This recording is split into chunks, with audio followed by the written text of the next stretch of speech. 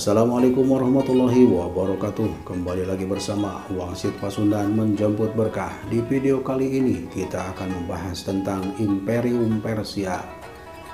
Imperium Persia sebenarnya lebih tua bila dibandingkan dengan Imperium Romawi.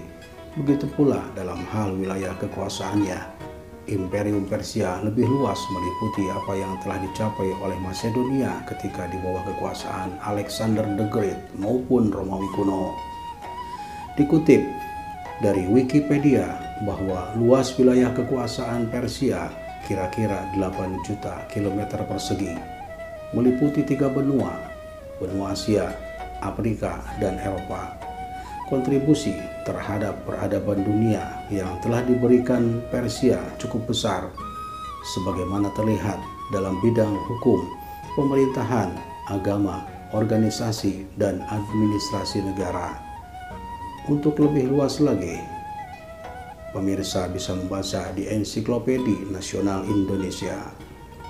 Kebesaran Imperium Persia diawali ketika bangsa Arya dari Asia Tengah berhijrah ke tanah Iran modern.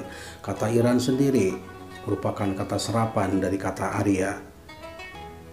Ketika berhijrah, bangsa Arya terbagi ke dalam 2 kelompok besar, yaitu bangsa Media dan bangsa Persia. Hingga pada akhirnya bangsa Media mendirikan sebuah kerajaan di utara Teluk Persia, sedangkan Persia mendirikan kerajaan di bagian selatan. Bangsa Arya dalam proses perkembangannya berasimilasi dengan penduduk asli berkebangsaan Elam. Untuk pembahasan lebih jauh, pemirsa bisa membaca buku karya Syafi'i Antonio dan tim Ensiklopedia Peradaban Islam volume ke-8 tentang Persia. Berdasarkan genealogi, bangsa Persia mendapatkan persambungan silsilah kepada Nabi Nuh alaihi salatu wassalam dari jalur Pers bin Lud bin Sam bin Nuh alaihi salatu wassalam. Bagi pemirsa yang ingin lebih mendalami tentang sejarah Persia, bisa membaca Al-Maghlut, Atlas Para Nabi dan Para Rasul. Dalam beberapa dekade, kerajaan Media mengalahkan kerajaan Babilonia, kemudian menguasai seluruh wilayah Assyria. Selanjutnya, kerajaan Persia di bawah kepemimpinan Cyrus Agung menundukkan kerajaan Media. Selanjutnya,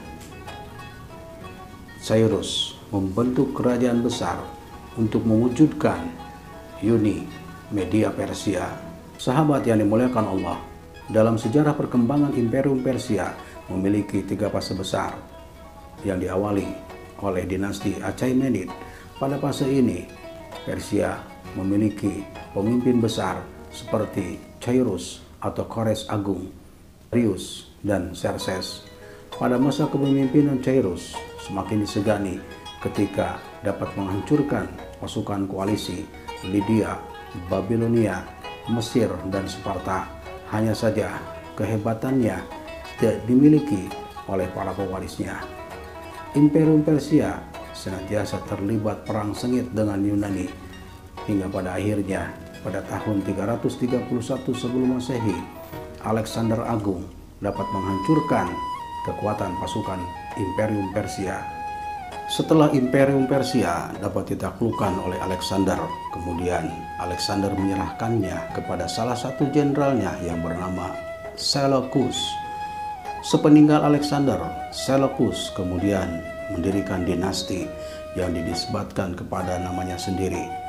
Pencapaian kepemimpinan Seleucus cukup gemilang.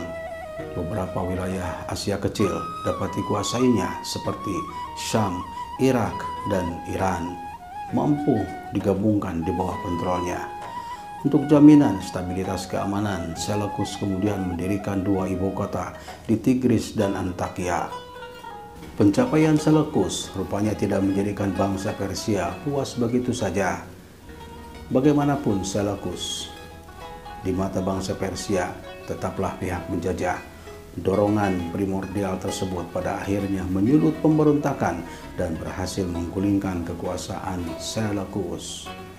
Mulailah fase berikutnya, yaitu masa dinasti Parthia atau disebut juga dinasti Arsaces, sebuah nama raja pertamanya. Bagaimana kisah Imperium Romawi selanjutnya?